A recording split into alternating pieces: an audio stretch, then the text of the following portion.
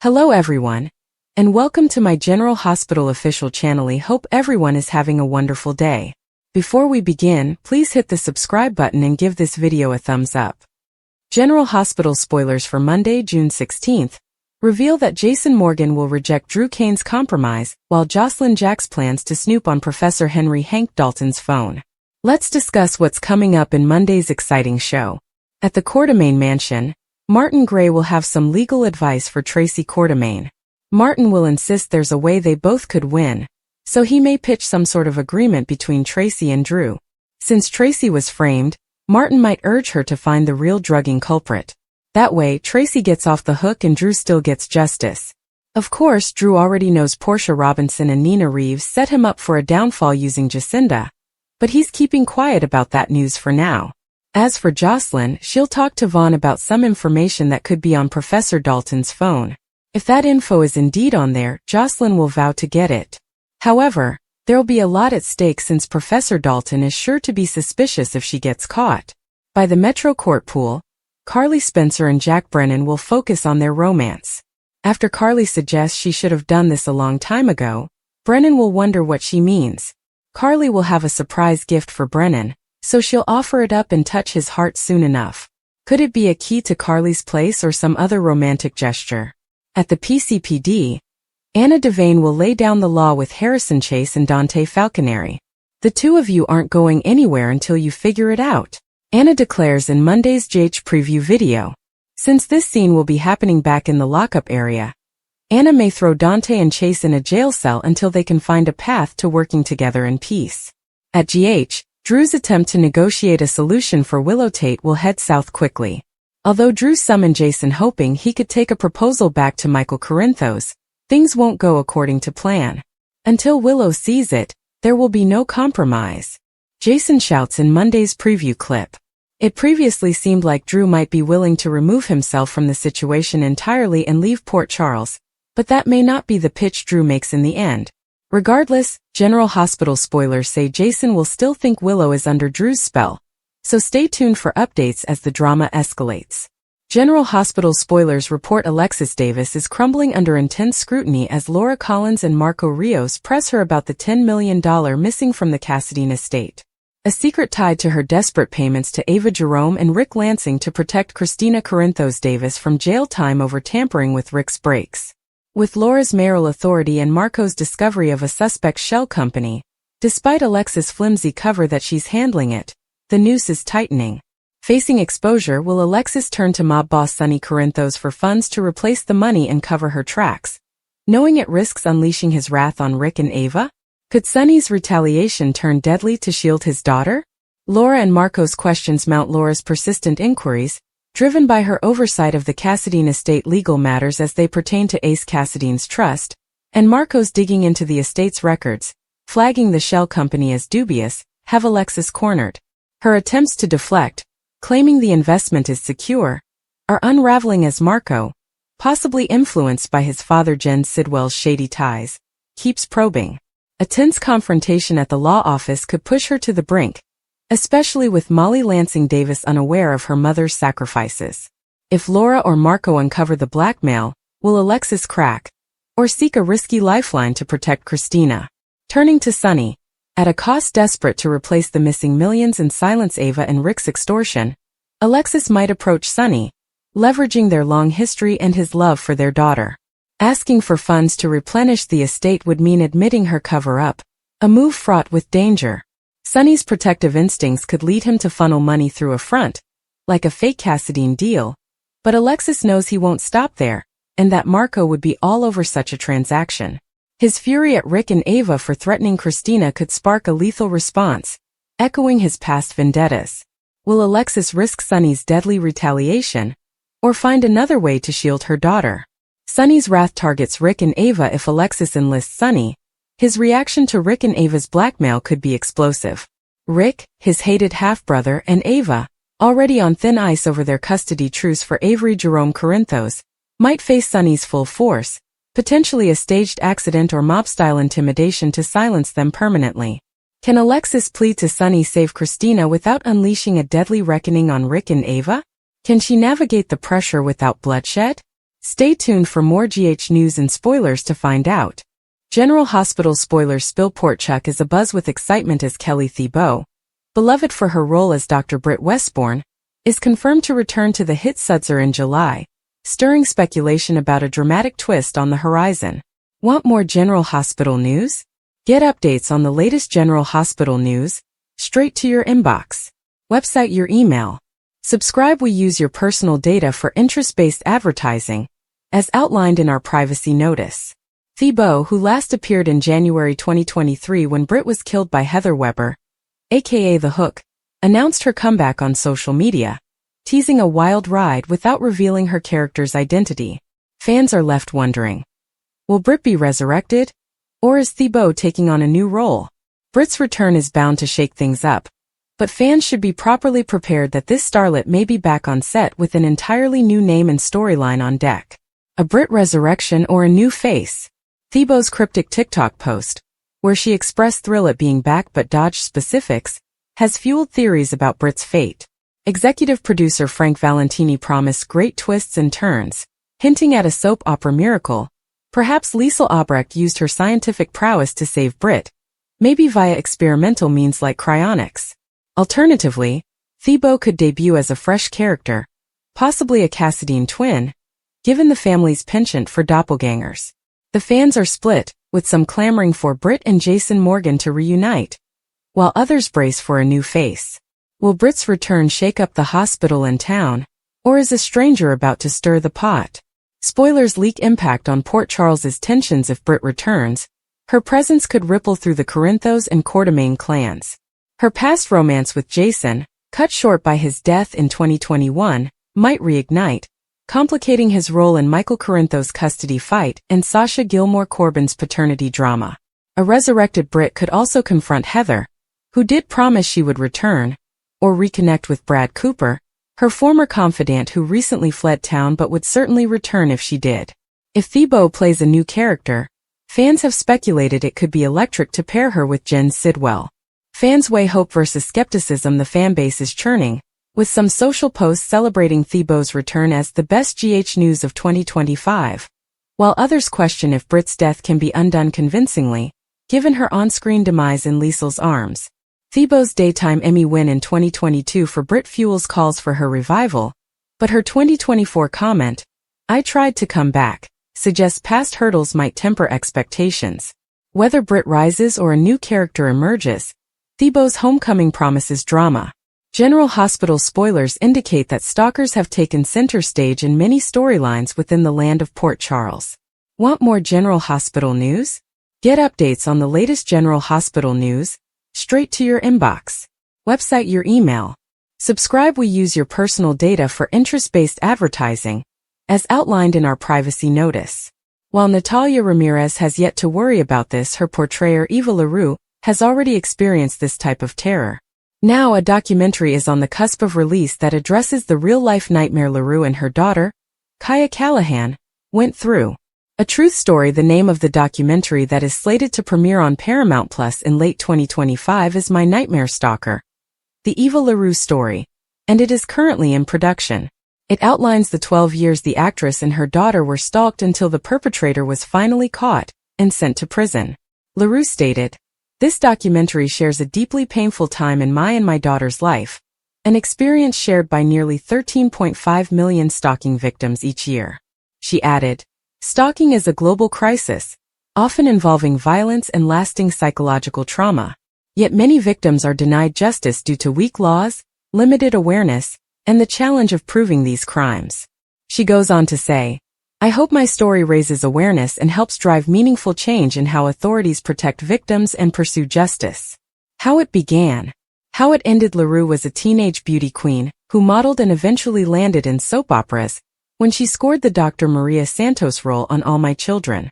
She'd go on to snag a part on the primetime hit CSI Miami from 2005 to 12, and it was at this point in her career when dark and threatening letters started arriving at her house signed by Freddy Krueger. Many know this as a fictional villain from the horror franchise, Nightmare on Elm Street. The situation escalated in 2015, when the actress's daughter began receiving letters of her own. In addition, the stalker began contacting Kayla's school, claiming to be her dad and wanting to pick her up. Of course, Kayla's real dad is Eva's ex-husband, John Callahan. As per Soap Opera Digest, the FBI was able to track down DNA from the envelopes in 2019, narrowing their search to James David Rogers. The man who resided in Ohio was eventually arrested and pleaded guilty to 1 count of threats by interstate communications, 2 counts of stalking, and 2 counts of mailing threatening communications. Rogers is currently serving a 40-month federal prison term after being sentenced in September 2022. Will you tune into Eva LaRue's real-life documentary when it's released? Join the conversation below. Watch your favorite soap on ABC Daily, and check out this site regularly for the hottest General Hospital news and spoilers. Alexis Davis has weathered many storms, but the latest one involving her daughter, Christina Corinthos Davis, might be more than she can handle alone. With rising tensions and increasing danger surrounding Christina's world, Alexis is beginning to feel the walls close in. Despite her deep desire to protect her daughter through legal means or calm reasoning, Alexis may find herself at the end of her rope, and considering the last thing she ever wanted, asking Sonny Corinthos for help. As things spiral, Alexis finds herself emotionally and mentally overwhelmed. She's tried to stay strong, but the situation is becoming more serious by the day.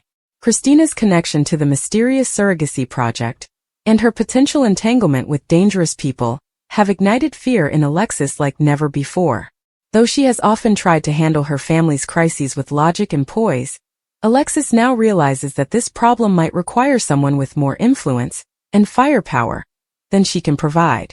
Christina, while headstrong and passionate, may not fully understand the dangers lurking around her. Alexis has done her best to warn her daughter, to urge caution, but Christina tends to follow her heart over her head. That trait, while admirable in many ways, could make her an easy target. Alexis is beginning to see that her maternal instincts alone may not be enough to shield Christina from what's coming. Enter Sonny. Christina's father and Alexis' longtime ex Alexis has spent years distancing herself from Sonny's world. She's never approved of his mob lifestyle or the violence it brings. Still, she can't deny one thing. When it comes to protecting his children, Sonny is ruthless, effective, and unwavering. That kind of protection may be exactly what Christina needs right now. The internal conflict Alexis feels is intense. Reaching out to Sonny means admitting she can't fix this on her own. It means crossing a line she swore she wouldn't cross again. Trusting Sonny's methods, even if they go against everything she believes in. But with Christina possibly in over her head, Alexis may no longer care about pride or past differences. Her daughter's safety is her top priority, and that may push her to do the unthinkable. Meanwhile, Sonny may not be thrilled to hear Alexis is asking for his involvement. Their history is complicated, and Alexis hasn't hesitated to criticize him in the past. But at the end of the day, Sonny loves his children, and Christina holds a special place in his heart. Despite any personal animosity, he won't turn his back on her if she's in trouble. The decision to involve Sonny could have long-term consequences for all involved. Christina, who's worked hard to carve out her own identity separate from her father's legacy, may resent being rescued by Sonny, especially if it's done behind her back. At the same time, Christina might not be fully aware of how much danger she's in. If Sonny steps in, he could uncover truths that shock everyone. For Alexis, the guilt could be immense. If her worst fears are confirmed, that Christina is being used or manipulated, she'll feel she failed as a mother. And even if Sonny helps resolve the situation, the cost might be emotional fallout between all of them. The Davis family dynamic is already fragile. This could either repair it or tear it apart for good. Adding further complexity is the possibility that Sonny might take matters into his own hands, using methods Alexis cannot condone. If he discovers a threat to Christina, Sonny will neutralize it, no questions asked. That could bring consequences, legal and otherwise, that Alexis will struggle to justify. But again, her desperation to protect her daughter may force her to accept actions she would normally condemn. The drama is layered. A former couple with vastly different philosophies being forced to work together, a daughter caught in the crossfire of well-intentioned protection, and a looming threat that could explode at any moment. Alexis' decision to ask Sonny for help could mark a turning point in their strained relationship and potentially expose new cracks within the Corinthos Davis family. In the end, this story isn't just about danger or saving Christina from outside threats. It's about family, trust, and letting go of control. Alexis may have to accept that she can't shield Christina from every risk, and that sometimes, relying on someone you don't fully trust is the only option left. Sonny, for his part, will have to balance his protective instincts with respecting his daughter's autonomy. General Hospital fans should prepare for emotional confrontations, unexpected alliances, and the possibility of a deeper reckoning between Alexis and Sonny. The path to keeping Christina safe won't be smooth, and every choice Alexis makes now could change her family's future forever. With secrets unraveling and loyalties being tested, the question remains: can Alexis and Sonny truly work together for Christina's sake? Or will their history and clashing values tear them apart all over again? Drew still doesn't understand how the judge ruled in Michael's favor. Martin says it's not the norm, and shared custody is usually the outcome in these types of cases. He tells Drew that Michael isn't cruel, and with time, Michael will likely let Willow into the children's lives again. Drew isn't sure, as Michael has made it clear as long as he's around that won't happen. Drew also knows he's been painted the pariah who costs Willow everything. Michael may grant Willow access to her children if he takes Scout, moves to DC, and leaves Willow's life permanently. He is starting to wonder if Willow would be better without him. Lulu is set straight by Maxie. Lulu shows up at Maxie's place and is shocked that Maxie invited her over, let alone is still talking to her, as she may be the only person left who is. Maxie claims to have been in her position before, interfering with other people's private lives. Lulu says Gio knows the truth now and has a huge family who loves him. She doesn't really think she did anything wrong. However, Maxie points out that Lulu went against a dying woman's wish and blew up Joe's memories of his mother. She tells Lulu this was not her secret to tell, but Lulu feels she was in the right, as she knows what it's like to have the secret about a child being kept from you. She claims that, unlike Britt and Valentine, she did not break the law by keeping a child from their parent, and she does not intend to make Maxie feel guilty about Georgie. Maxie asks Lulu to put herself in Brooke Lynn's shoes. Lulu says she's been doing that, but Maxie isn't so sure. Maxie gets frank and says that for everyone to heal and move forward, Lulu needs to take accountability for her part in what happened. Maxie makes the observation that Brooke Lynn's relationship with her mother and grandmother will never be the same again as a result of this. Lulu says it's not her fault, as Lois and Gloria are the ones who lied. Maxie isn't going to take it GH. Brooke Lynn isn't giving up. At the Quartermaine mansion, Brooke Lynn takes a call from Maxie. Maxie asks Brooke Lynn to meet her at her house because she says she needs to work from home because of her kids. Brooke Lynn is happy to. She then tells Tracy she's headed to Maxie's place to do some work for deception. Tracy is glad, as it should take her mind off other matters, like her ill-conceived vendetta against Lulu. Tracy would be prepared to go to war to protect her family if anyone other than Lulu had attacked Brooke Lynn or her son, as Brooke Lynn makes it abundantly clear that she will not back down. Tracy admits she's not wrong, but she and her friends just want her to heal, and constantly thinking about revenge isn't good for her. Brooke Lynn isn't giving up GH. Maxie sets a trap. Back at Maxie's, Brooke Lynn arrives, spots her nemesis, and immediately accuses Lulu of scheming and using Maxie to get her here today. Maxie says she is the one who schemed on her own to pull this off, and this feud needs to end because it affects more than them. It's affecting people they love. Brooke Lynn accuses Lulu G. Maxie points out that Tracy loves them both. Dante is the father of both their children, and it is only a matter of time before this fighting begins affecting Gio and Rocco's relationship. Maxie demands they forgive GH. Lulu admits she didn't think about the long-term effects this would have. Maxie suggests that putting their anger aside may show Gio, Rocco, and Dante that they can move forward too. Brooke Lynn agrees to accept Lulu's apology for her son and Rocco's sake.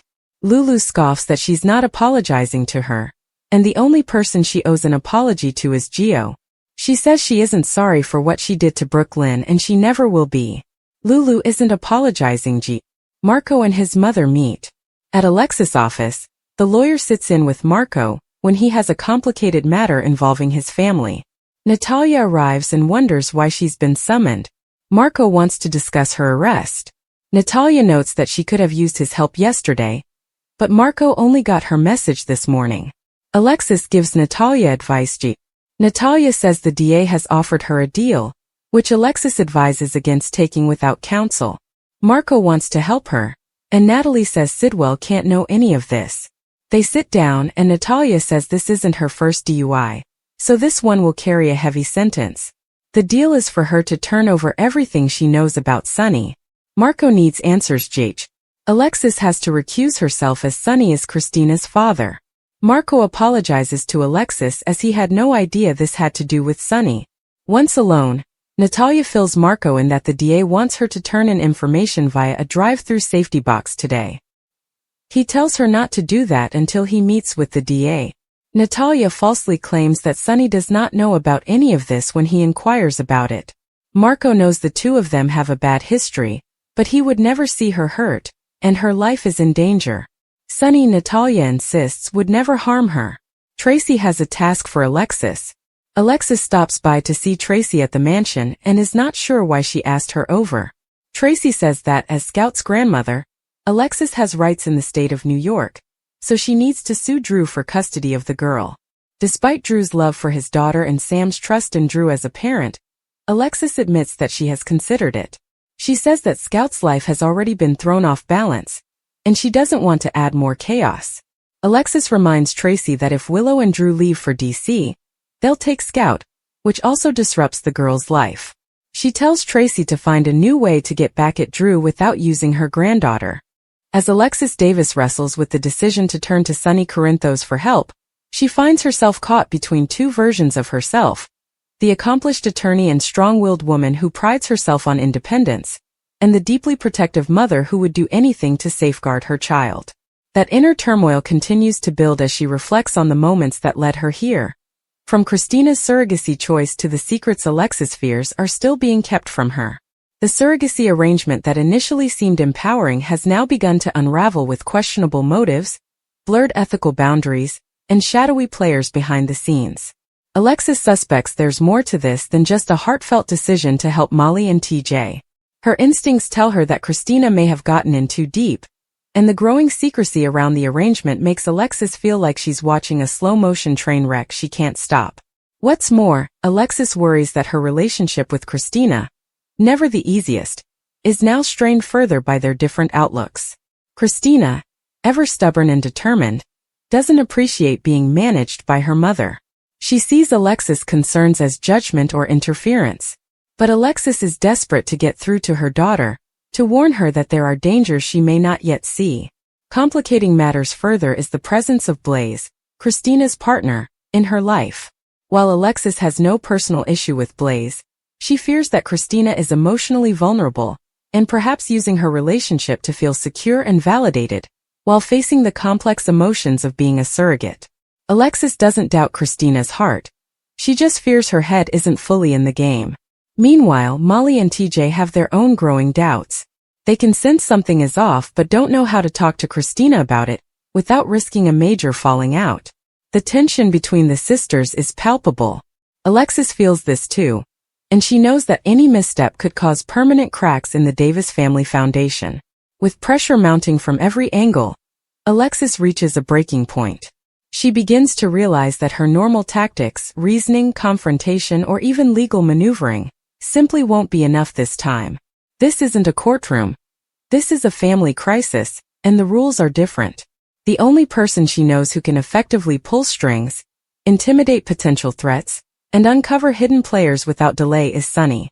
But making that call won't be easy.